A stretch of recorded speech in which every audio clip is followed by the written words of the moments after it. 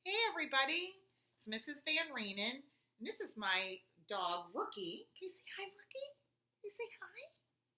Yeah? And we're going to read you one of my favorite books called Zen Shorts. And it actually got a medal for its great pictures. So we'll take a look at some of the great pictures that Zen Shorts has. And the author, it's by John J. Muth. Rookie's going to help me along. Hopefully no one rings the doorbell or he'll start barking. Michael, there's a bear outside, said Carl. A what? Said Michael.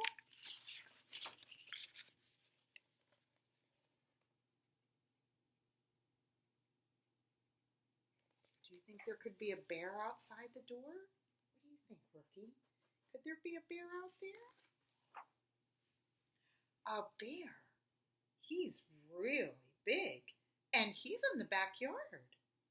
What's he doing? Michael asked. He's sitting. He has an umbrella, said Carl. An umbrella? A bear with an umbrella. Does that sound silly, Rookie?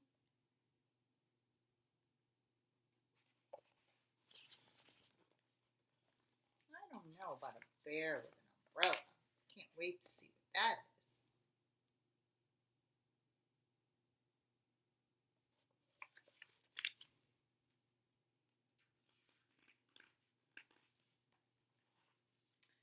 By the time the boys got outside, their sister, Addie, was already talking with him. I'm sorry for arriving unannounced, said the bear. The wind carried my umbrella all the way from my backyard to your backyard.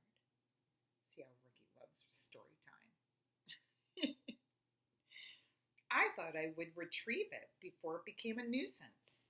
A nuisance? I wonder what that word means. Before it became a nuisance. He spoke with a slight panda accent.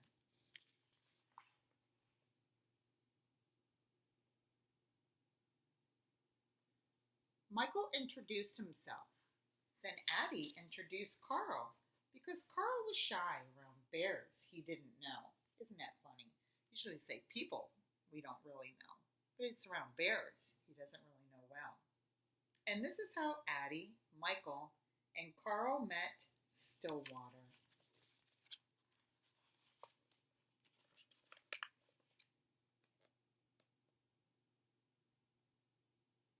So Stillwater is his name, Lucky. Do you think the bear and you would be good friends? I think so. Rookie loves to play. The next day, Addie went to have tea with Stillwater.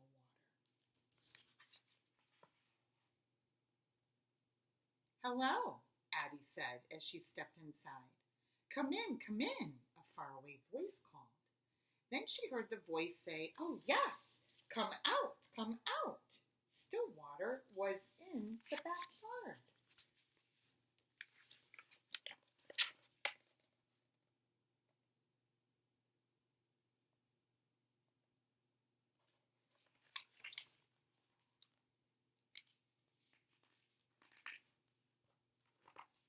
He was in a tent. This is his birthday present from Uncle Rye, Stillwater said. He always gives me presents on his birthday to celebrate the day he was born. I like it so much that I'm not staying in my house right now. Stillwater invited Addie in to sit with him.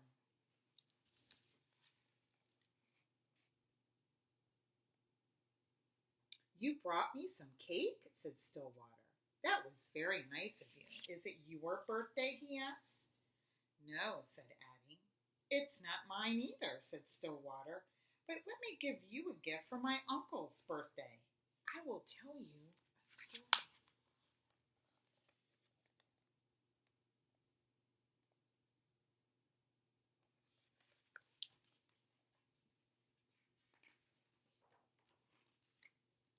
Uncle Rye and the Moon.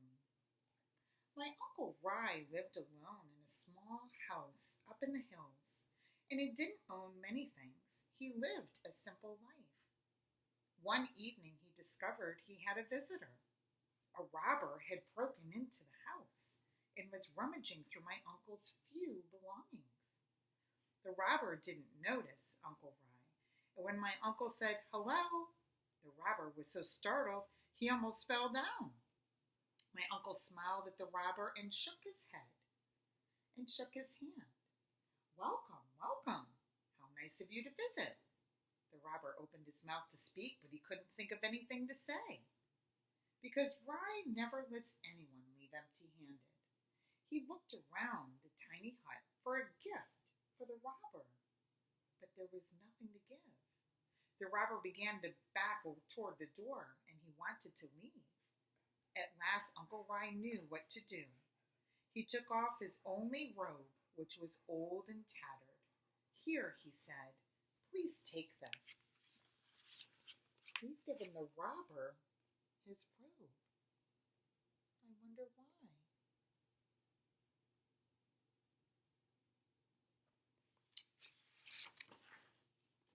Take that off. Might be easier to read. What do you think, Rookie?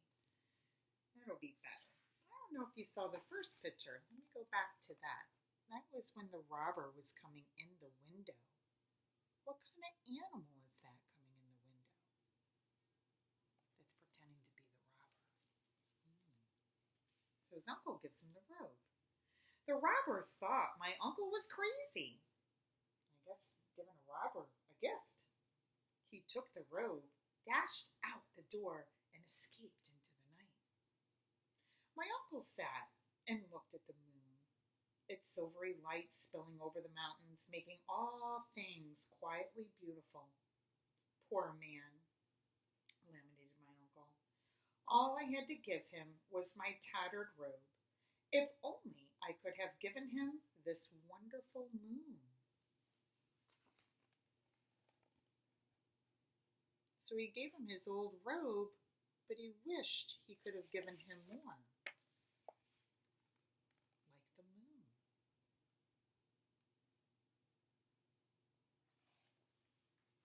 I wonder what that means, Rookie. Can we give the gift of the moon? "Your uncle sounds nice," said Addie. "I don't think I could have given away my only robe."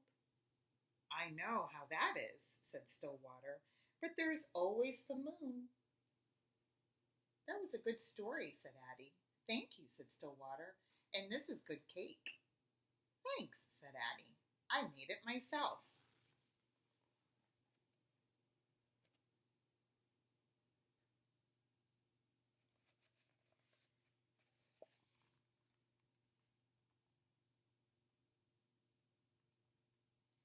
I wonder what that meant, that story about his uncle.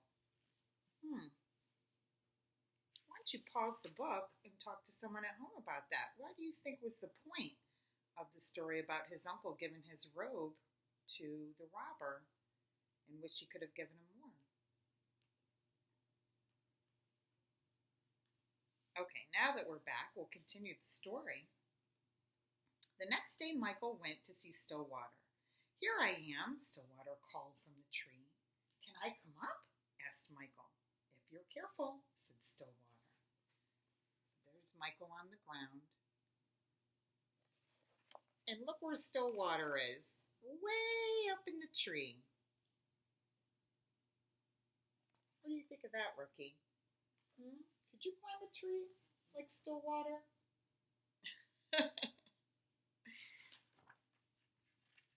"What if we could fly?" said Michael. "We could cast shadows and clouds," said Stillwater. "But what if we fell?" said Michael. "If we fell, we might break something," said Stillwater. "That would be bad," said Michael.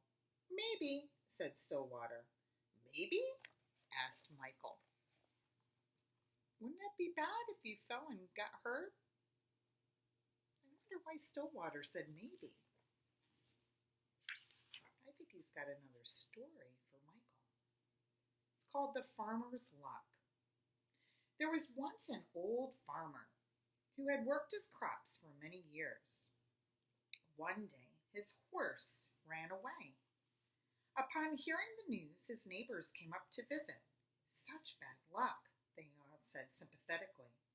"Maybe," the farmer replied. The next morning the horse returned, bringing with it 2 other wild horses. "Such good luck!" the neighbors exclaimed. "Maybe," replied the farmer. The following day his son tried to ride one of the untamed horses, was thrown off and broke his leg. Oh no. Again the neighbors came over their sympathy on his misfortune. "Such bad luck," they said. "Maybe," answered the farmer. The day after that, military officials came to the village to draft young men into the army to fight in a war. Seeing that the son's leg was broken, they passed him by. "Such good luck," cried the neighbors. "Maybe," said the farmer.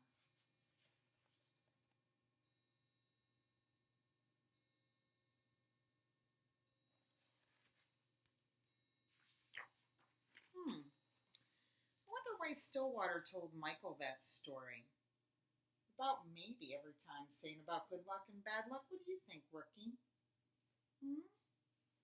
Talk to someone at home. What do you think was the lesson in that short story that Stillwater told Michael about good luck and bad luck and saying maybe? All right, let's continue with our story. "I get it," said Michael. "Maybe good luck and maybe bad luck are all mixed up. You never know what will happen next." "Yes," Stillwater agreed. "You never know." That's true. We never know in life.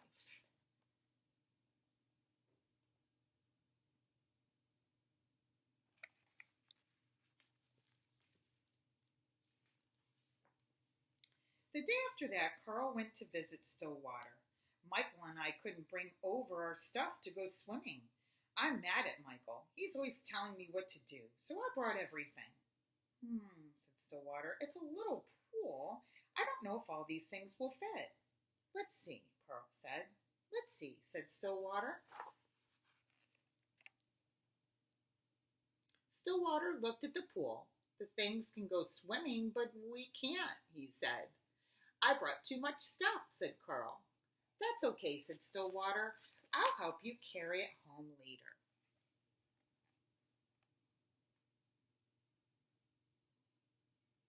Sometimes we have to figure out things on our own, don't we? Make those mistakes and figure out it doesn't work. "Why doesn't Michael always have to tell me what to do?" Carl said. "If he were here, I would climb really high, and I would jump on him like this, and I would do a big smash like this."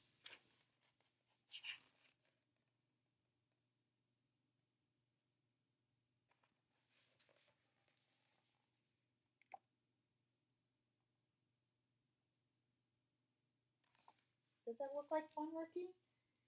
Look at the bear, silly bear, laying in the pool, right? Later, Carl and Stillwater had tea. "Carl," said Stillwater, "you spent the whole day being angry with Michael. Did you notice how much fun we had?" Carl watched the steam rise from his cup. "I'm sorry I brought all this stuff," Carl said. "You don't need to be sorry," said Stillwater. "Right now, you need to carry. Hold on tight, and I will tell you a story." I wonder what story he's going to tell Carl.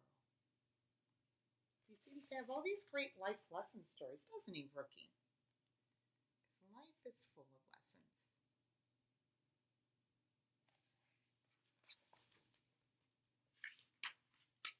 The story is called A Heavy Load.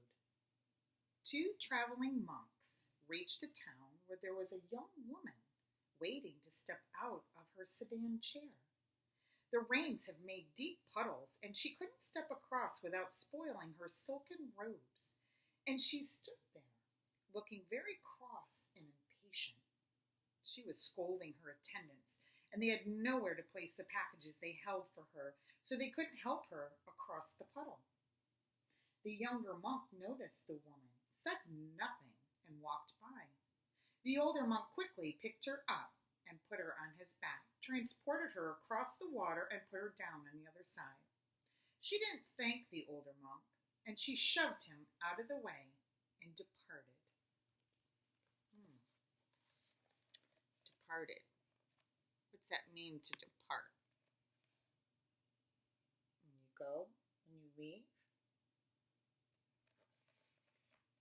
Would you have helped her across the puddle? What do you think the lesson of the story is? What do you think, Rookie? As they continued on their way, the young monk was brooding and preoccupied. After several hours unable to hold his silence, he spoke out. That woman back there was very selfish and rude, but you picked her up on your back and carried her. Then she didn't even thank you. I set the woman down hours ago, the older monk replied. Why are you still carrying her?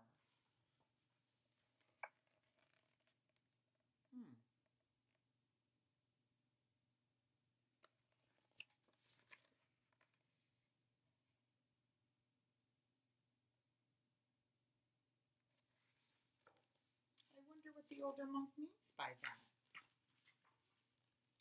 Stop for a second and talk to someone at home about the lesson of that story. What did the older monk mean to the younger monk about it was hours ago that he had placed her down and the younger monk was still carrying her? Talk to someone at home. All right, let's continue our story. Do you think you have carried it long enough? Said Stillwater. Yes, said Carl. Good, said Stillwater. And this is how Addie, Michael, Carl, and Stillwater became friends.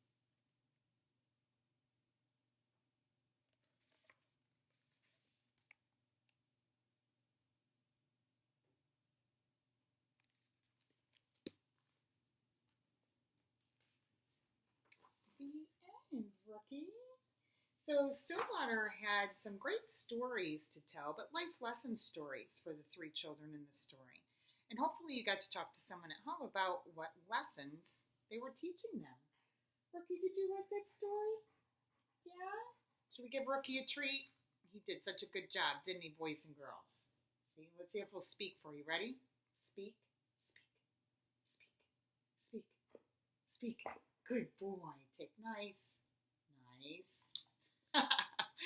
All right, boys and girls, good night, and we'll see you tomorrow.